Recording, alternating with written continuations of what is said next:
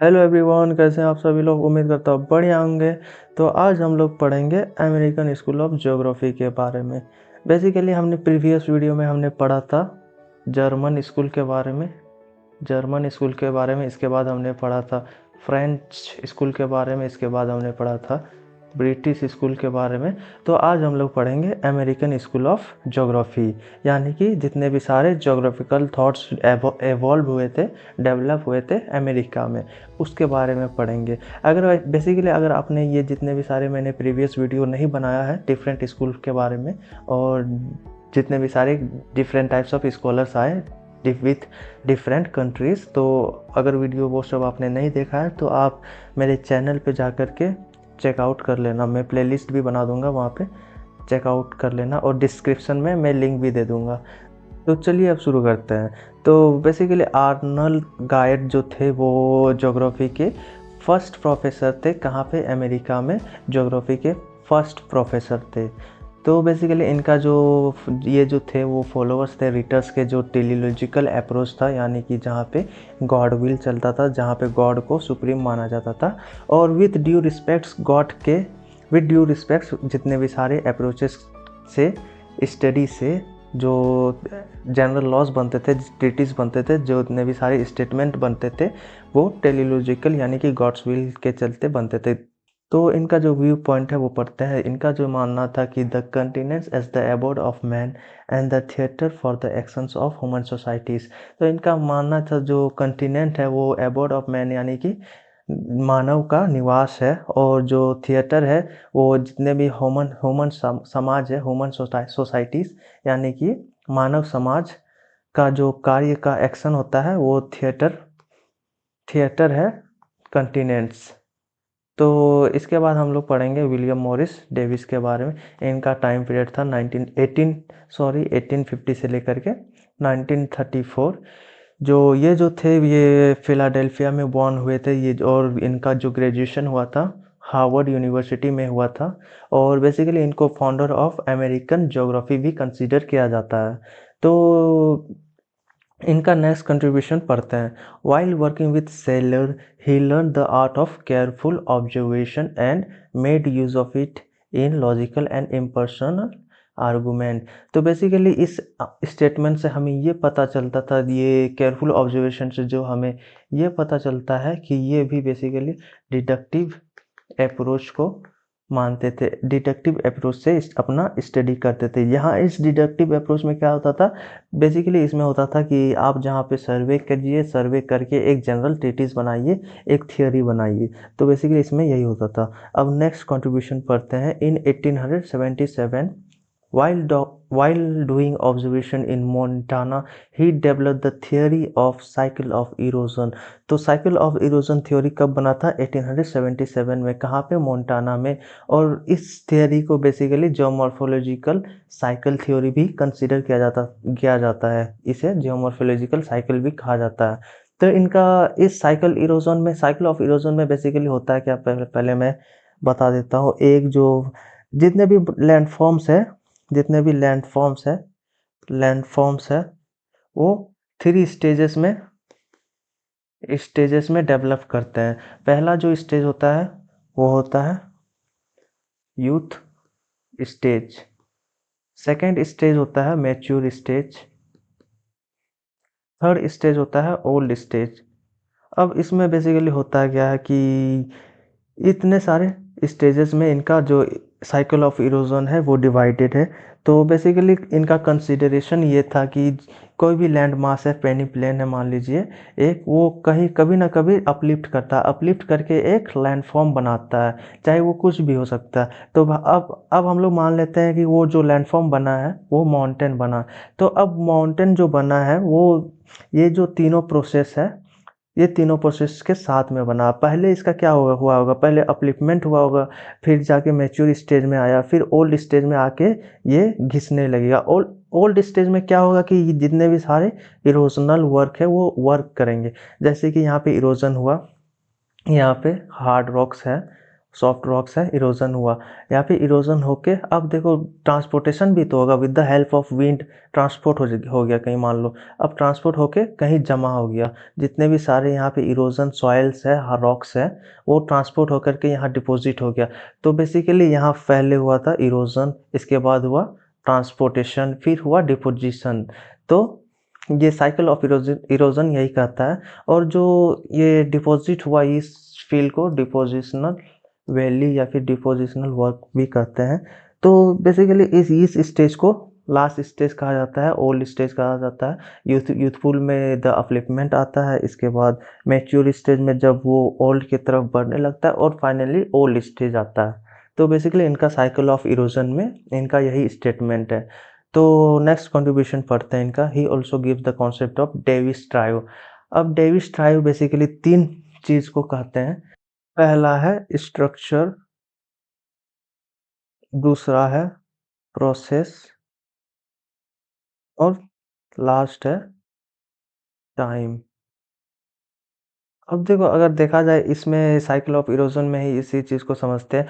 पहले एक स्ट्रक्चर बना, और इस स्ट्रक्चर को बनने का जो प्रोसेस था, उस प्रोसेस को क्या कहते हैं, एक्सोजेनेटिक प्रोसेस कहते हैं। एक्सोजेनेटिक प्रोसेस के चलते, यानी कि जो अंदर में जो प्लेट्स टेक्टोनिक है उनके मूवमेंट की वजह से ये प्रोसेस, उस प्रोसेस की वजह से ये अपलिफ्टमेंट हुआ, और विथ ड्यू टाइम ये डिफरेंट स्टेजेस में इवॉल्व करता है, यानी कि डिफरेंट स्टेजेस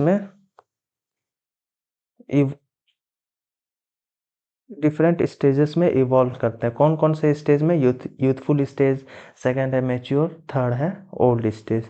तो बेसिकली साइकिल ऑफ इरोजन यही कहता है, और डेविस ट्रायो यही कहता है। साइकिल ऑफ इरोजन में डेवलपमेंट ऑफ लैंडफॉर्म्स, और डेविस ट्रायो में प्रोसेस और स्ट्रक्चर और टाइम के बारे में बताया है। तो इनका मेजर कंट्रीब्यूशन यही है, साइकिल ऑफ इरोजन और डेविस ट्रायो। अब नेक्स्ट स्कॉलर की तरफ पढ़ते हैं। Next scholar is mark Jefferson. इनका टाइम पीरियड था 1863 से लेकर 1949 तक।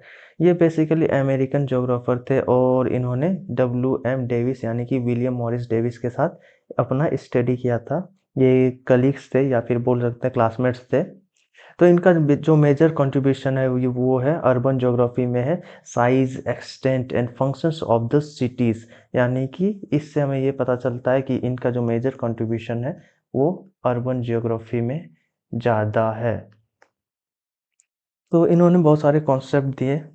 तो पहला कॉन्सेप्ट है सेंटर प्लेस थ्योरी, क्रिस्टोलर वाला नहीं, दूसरा सेंटर ऑफ प्लेस थ्योरी, और सेकंड है प्राइमेट सिटी, थर्ड है सिविलाइजिंग रेल। रेल में, इस सिविलाइजिंग रेल में बेसिकली इन्होंने मैप बनाया था सिविलाइजेशन रेल के रूट्स के बारे में। और जो सेंटर ऑफ प्लेस थ्योरी वो कहता है कि जितने भी सारे अर्बन सिटीज़ हैं उसका economic, cultural and social values को स्टडी करके एक स्टेटमेंट बनाया जाता है उस सिटी के लिए। और जो प्राइमेट सिटी है ये बेसिकली जितने भी मेजर सिटीज़ हैं, मान लीजिए इंडिया में हम रहते हैं, इंडिया का मेजर सिटी है, मान लेते हैं दिल्ली।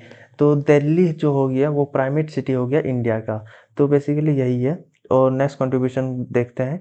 ही also give the 3 major criteria to study geography. इन्होंने ज्योग्राफी को स्टडी करने के लिए 3 क्राइटेरिया, 3 अप्रोचेस दिए। पहला में क्या है, वो व्हाट दे आर, आखिर है क्या। सेकंड में है वाई दे आर, आखिर वो है क्यों। और थर्ड में है बेसिकली वेयर दे आर, यानी कि आखिर वो है कहाँ। तो व्हाट दे आर, आखिर वो है क्या, वाई दे आर, आखिर क्यों है, और कहाँ पे है। तो इनका 3 अप्रोचेस है, 3 approaches by which he consider to study geography. तो अब नेक्स्ट स्कॉलर के बारे में पढ़ते। नेक्स्ट स्कॉलर हमारे हैं आइजा बोमेन। इनका टाइम पीरियड था 1878 से लेकर के 1950। तो बेसिकली ये भी हार्वर्ड यूनिवर्सिटी से ग्रेजुएट हुए हैं, जहाँ से WM डेविस भी हुए थे। एंड WM डेविस के साथ साथ मार्क जेफरसन भी उसी यूनिवर्सिटी से ग्रेजुएट हुए थे। तो डेविस के सुपरविजन में इन्होंने अपना स्टडी किया था। इन्होंने basically Peru, Bolivia, Chile, Andes, ये जितने भी सारे कंट्री हैं ये अफ्रीका में सिचुएटेड है, और इन्होंने इसी रीजन्स में अपना स्टडी किया था। और इन्होंने सर्वे किया था। बेसिकली सर्वे से ट्रेवल्ड एक्सटेंसिवली से हमें पता चलता है कि ये भी जो थे ये डिडक्टिव अप्रोच के ज्योग्राफर थे, यानी कि सर्वे करते थे, पहले ऑब्जर्वेशन करते थे, फिर अपना कंक्लूजन देते थे। After the field of this region he wrote, इन्होंने एक किताब लिखी थी, the geography of central Andes. Central Andes, Andes basically mountains है, एक नॉर्थ वेस्टर्न पार्ट्स में अगर आप देखोगे अफ्रीका के तो वो एक बड़ा सा माउंटेन दिखेगा। आप कभी एटलास में देखना, वहाँ पे एक माउंटेन दिखेगा। तो बेसिकली उसी को एंडीज कहते थे, और इनका जो स्टडी था उसी एंडीज के ऊपर था। और इनका नेक्स्ट कंट्रीब्यूशन है, इन्होंने 1931 में एक किताब लिखी थी, द पाइनियर फ्रिंज। इस किताब में बेसिकली उन्होंने कहा था नेचर के बारे, जितने भी सारे नेचर रिलेटेड प्रॉब्लम्स है, इन्वायरमेंटल प्रॉब्लम्स है, उनके बारे में लिखा था। और कहाँ के इन्वायरमेंटल प्रॉब्लम्स के, America, Canada, Australia, South Africa, Siberia, Mongolia, Manchuria and South America के जितने भी सारे इन्वायरमेंटल प्रॉब्लम्स है उसके बारे में लिखा था इन्होंने। तो ये बेसिकली इन्वायरमेंटलिस्ट भी थे। तो इनका नेक्स्ट कंट्रीब्यूशन है, he was the supporter of environmental determinism. जैसे कि मैंने अभी अभी अभी कहा था, इन्वायरमेंटलिस्ट थे, यानी कि डिटर्मिनिज्म के सपोर्टर थे। और इन्होंने लेटर जो था ये पॉसिबिलिस्टिक अप्रोच को सपोर्ट करते थे, जिन्होंने अपना जो शिफ्ट था आइडियोलॉजी का वो पॉसिबिलिज्म की तरह मोड़ लिया था। तो अब नेक्स्ट स्कॉलर हमारे आते हैं एलन चर्चिल सैम्पल। ये बहुत ही ज़्यादा मेजर इनका वर्क था ज्योग्राफी में इन अमेरिका। इनका टाइम पीरियड था 1863 से लेकर के 1932 तक। तो ये बेसिकली लीडिंग फीमेल ज्योग्राफर थे at that time, and a very big supporter of Ratzel's का जो डिटर्मिनिज्म का थ्योरी था, ये उनके बहुत बड़े सपोर्टर थे। तो इन्होंने बेसिकली जो ग्रेजुएशन किया था वो एमए जो किया था, और जो ग्रेजुएशन किया था वो हिस्ट्री में किया था। और इन्होंने रेडजल्स का जो बुक था एंथ्रोपोजियोग्राफिया, जो बुक नाम का उनका बुक था, उसको ट्रांसलेट करके अमेरिका में पब्लिश किया था, और जिसका नाम था इन्फ्लुएंसेस ऑफ ज्योग्राफिक इन्वायरमेंट। इसमें बेसिकली जो थॉट्स थे, जिन जो विचारधारा थे इस बुक में, वो डायरेक्टली रेडजल्स के जो बुक था एंथ्रोपोजियोग्राफिया उससे सिमिलर था। इनका एक बुक था, सेकंड बुक का नाम था American history and it's condition. उस बुक में बेसिकली इन्होंने एक स्टेटमेंट दिया था, एक फेमस स्टेटमेंट दिया था, man is a product of earth surface. ये इन्हीं का स्टेटमेंट है, एलन सी सैम्पल का। इस स्टेटमेंट में बेसिकली इन डिटर्मिनिज्म के जो अप्रोच, डिटर्मिनिज्म के आज जो आइडियोलॉजीज है उसको दर्शाता कि जो मानव है वो अर्थ सरफेस का एक हिस्सा है, एक प्रोडक्ट है। तो अब हमारे नेक्स्ट स्कॉलर आते हैं कार्ल ओ शोर, जो कि 1889 से लेकर के 1975 तक थे। तो ये लीडिंग जोग्राफर, अमेरिकन जोग्राफर थे at the time of 20th century. अब देखो जितने भी प्रीवियस जोग्राफर थे वो बेसिकली 19th सेंचुरी से बिलोंग करते थे, पर अब जो ट्रेंड था वो 20th सेंचुरी में चला गया। और 20th सेंचुरी यानी कि 1900 से लेकर के 2000 तक, जितने इस पीरियड में जितने भी सारे स्कॉलर्स आए होंगे वो 20th सेंचुरी कहलाएगा। तो during his graduation course he attend the lectures of Ellen C Semple, however he rejected. अब देखो इनका जो लेक्चर था, ये इन्होंने एलन सी सैम्पल के बहुत सारी लेक्चर्स को अटेंड किया था, बट उनका जो थॉट्स था इन्वायरमेंटल डिटर्मिनिज्म को लेकर के उनको सपोर्ट नहीं करते थे। इनका जो सोच था वो बेसिकली क्वांटिटेटिव मेथडोलॉजी में ज़्यादा था। Most of his works are done in the Latin America को बेसिकली नॉर्थ अमेरिका को कहते हैं, सॉरी साउथ अमेरिका को लैटिन अमेरिका कहते हैं। और इनका जो मेजर वर्क था वो less industrialise parts of USA में था। और इनका जो कंट्रीब्यूशन है ज्योग्राफी में वो एग्रीकल्चर से रिलेटेड ज़्यादा है, प्लांट्स एंड एनिमल से ज़्यादा है। और impact upon conquest upon indigenous society, red Indians जिसको कहते हैं, उसके ऊपर इनका रिसर्च था। और इन्होंने एक ओपिनियन दिया था, एक स्टेटमेंट दिया था कि geography dissociates itself from geology at the point of the introduction of man into the areal scene. तो बेसिकली ज्योग्राफी तब डिसोसिएट करता है किससे, जियोलॉजी से। तब डिसोसिएट करता है जब इनका इंट्रोडक्शन हो जाता है, मैन का इंट्रोडक्शन हो जाता है इनटू द एरियल सीन में, यानी कि रीजनल स्टडी में। तो इनके हिसाब से जो ज्योग्राफी है वो डील करता है विथ एरिया, रीजन और लैंडस्केप। तो इनका नेक्स्ट कंट्रीब्यूशन है कि इन्होंने लैंडस्केप जो वर्ड है इसका टर्म किया था, इसको कॉइन किया था, इसका खोज किया था, फर्स्टली यूज किया था अमेरिका में बाय शोर with the publication of the morpho the morphology of landscape. ये एक बुक का नाम है। इसी बुक में इन्होंने फर्स्टली यूज़ किया था लैंडस्केप टर्म को। तो इनका कंट्रीब्यूशन यही है, मेजर कंट्रीब्यूशन यही है। अब नेक्स्ट स्कॉलर के बारे में पढ़ते हैं। Next scholar is Ellsworth Huntington. तो इनका टाइम पीरियड है 1876 से लेकर 1947 तक। तो ये बेसिकली जो डेविस थे उनके शिष्य थे, और इसको इनको जाइंट ऑफिस एरा, इनको इनका जो कंट्रीब्यूशन था वो बहुत ही ज़्यादा था। इन क्वांटिटेटिव रिवॉल्यूशन में भी ज़्यादा था, और इन ह्यूमन ह्यूमन ज्योग्राफी में भी इनका कंट्रीब्यूशन बहुत ही ज़्यादा था, इसीलिए इसको जाइंट ऑफिस एरा भी कहा गया है। He was a persuasive teacher, यानी कि जो ये बहुत ही, इनका जो पब्लिक स्पीकिंग है वो बहुत ही अच्छा था, और उसके चलते हुए बहुत ही जल्दी किसी भी सामने वाले पर्सन्स को परसू परसू कर लेता था, यानी कि अपना बात मनवा लेता था। और imaginative interpreter of the effects of climate on the human life. तो इनका बेसिकली जो स्टडी था वो ह्यूमन ज्योग्राफी में ज़्यादा था, और क्वांटिटेटिव रिवॉल्यूशन में भी था क्वांटिटेटिव रिवॉल्यूशन में भी था इनका स्टडी।